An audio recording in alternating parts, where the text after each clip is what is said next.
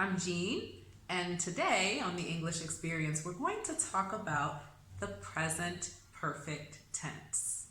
If you are not subscribed to my channel, please hit that subscribe button so you won't miss any new uploads and you can continue to learn with me and practice your English. Let's get started. How do we use the present perfect? Well, the first and most important thing about it, we use it to talk about an unspecified time, an unspecified period of time. So, past experience, changes over time, accomplishments, an incomplete action that you are expecting, or we also use it for multiple actions at different times.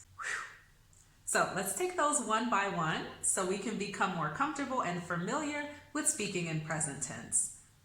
Let's start first with the formula. How do we create the present perfect tense? The formula is actually quite simple. We use have or has plus the past participle. And also it's quite simple in the negative. Have or has plus not plus past participle. Let's start with past experience. First, I'll tell you about one of my experiences in the past. For example, I visited Puerto Rico in 2009. So I can use the present perfect and say I have been to Puerto Rico. And that's one way that we can use the present perfect tense to talk about something that we have experienced in the past. Where have you been? Leave me a comment below and tell me, where have you been? We also use this tense to talk about some changes over time. Take myself, for example. Since I started working at home, I've become more relaxed. So, what about you? What have you become? Or how have you changed over time? Leave me a comment below. Another way that we use this tense is to talk about some accomplishments. For example, doctors have cured many diseases. Doctors, they have cured many diseases. So we can also use this tense in talking about accomplishments. I have written 3 books. That's my accomplishment. What have you accomplished? Another way that we can use this tense is talk about an expected action that has not happened yet.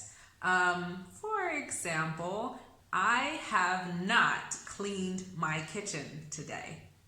So, although it has not happened, it's expected. I need to do it. How about you? Leave me a comment and tell me something that you have begun but have not completed. And the last way that we can use this tense is to talk about multiple actions happening at different times. For example, we have had a lot of problems while working on this project. So, maybe at different unspecified times, there were problems throughout. So this tense is appropriate to express multiple actions happening at different times. Let's practice a couple of exercises. Okay, take this sentence here and let's see if we can create the present perfect tense. Remember that formula, it is have or has plus the past participle. I heard he was visiting, but blank never blank him before. Can you complete that sentence? 2 words, because it's I have, right? And what is the past participle of meet? It's met. Nice job.